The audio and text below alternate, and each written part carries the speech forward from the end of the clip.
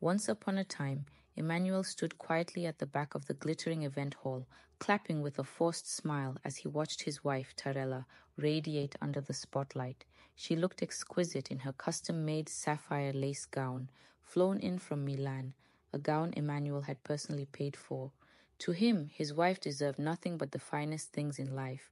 Her diamond-studded headpiece sparkled with every camera flash. To the world, she was elegance personified. But to Emmanuel, she had become a stranger, untouchable, cold, and far removed from the girl he once knew. Earlier that night, they had arrived together at the African Business Women's Excellence Awards. As they stepped onto the red carpet, Tarela turned to him, her voice low but sharp. "Emmanuel, from here, keep your distance."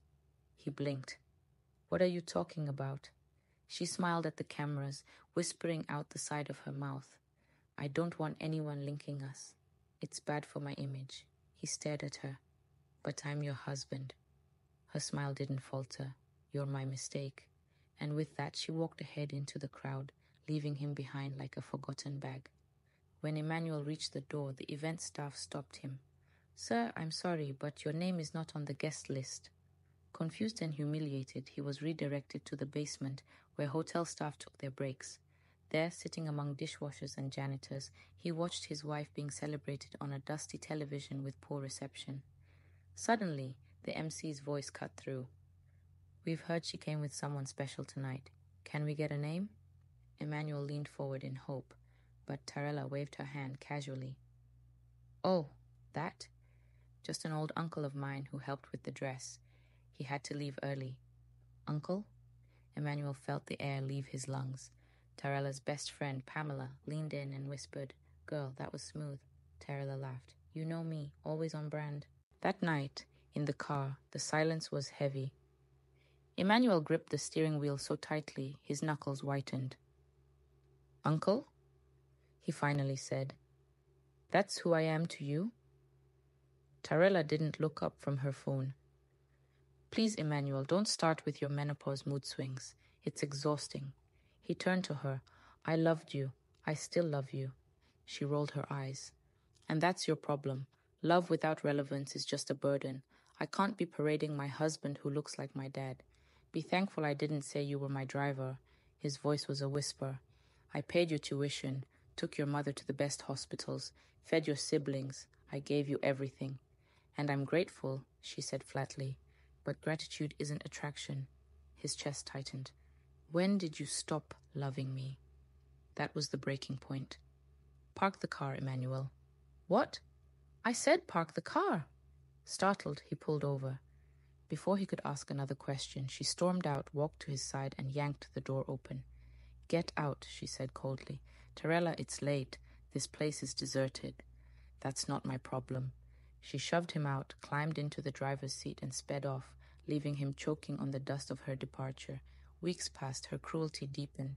She stayed out late, stopped wearing her ring. When she came home, she flung her heels aside, collapsed on the couch reeking of champagne, and barked orders at him like a servant. And Emmanuel, broken and confused, obeyed. Then one morning, while cleaning the bedroom, he stumbled upon a folder.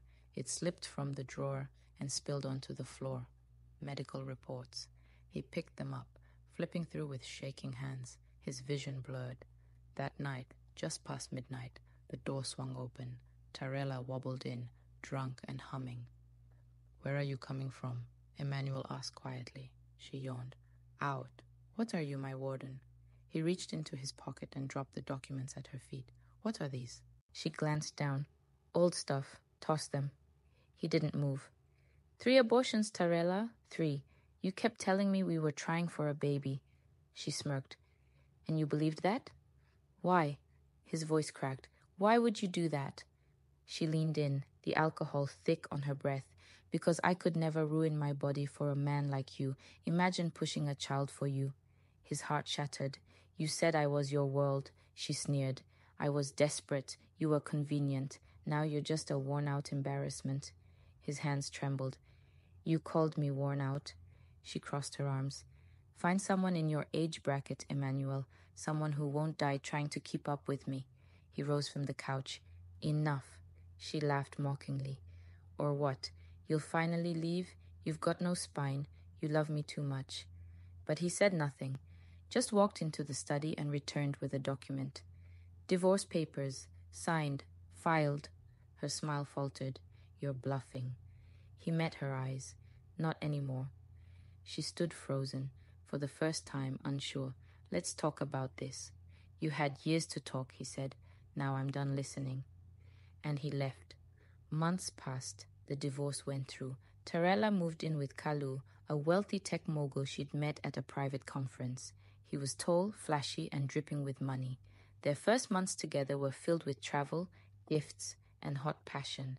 But soon the reality of Kalu's world emerged. He was emotionally detached, arrogant, and constantly surrounded by other women. He dismissed her concerns with smirks and sarcasm. Then one evening, she came home early, and what she saw shattered her. Kalu was in their bed with two women. She screamed, Kalu, what the hell? He stretched casually. Relax, you're not my wife. Tears filled her eyes. You lied to me. He chuckled. You were lying to your husband when we met. Don't get holy on me now. She stood there trembling. I gave up everything for you. He shrugged. That was your choice. I never promised forever. That night, Tarela sat in silence, staring at nothing. She finally understood the pain Emmanuel had lived through. The betrayal, the rejection, the humiliation. And for the first time, she wept. But by then it was too late. Emmanuel had moved on. He had found peace, a new life, and a woman who saw him not as a burden, but as a blessing. Tarela was left alone, haunted by the man who had truly loved her, and the life she threw away. Moral of the story: love, when taken for granted, turns to dust. Wealth and beauty fade, but respect and loyalty endure. When you trade commitment for convenience, you might find yourself abandoned when it matters most. Cherish those who see your worth, because once they're gone, all that's left is regret.